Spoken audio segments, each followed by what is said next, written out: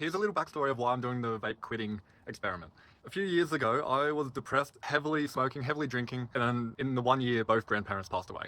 That was a big life shock. At my pop's funeral, there were these red little mushrooms. I had a moment, I saw them under the pine tree, and I said, hey, you're beautiful. Why does the world think you're poisonous? Why does the world think that we're poisonous? I consider this mushroom one final gift from my pop. So I saw myself in these little red mushrooms.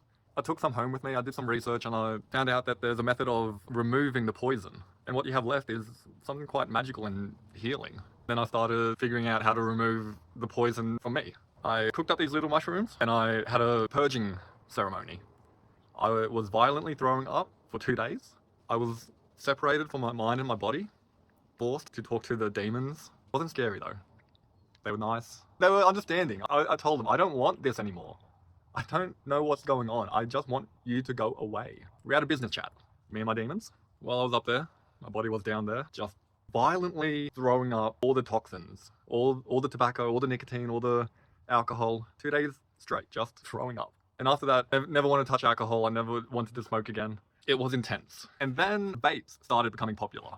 So I don't actually know what it's like to go through the feeling of quitting without doing a purging ceremony. And that's why I'm doing this. This is why I got addicted to vapes for the past 3 months. And I want to have an understanding. Also, a very kind soul reached out and said that isn't using pouches cheating? You can get overwhelmed.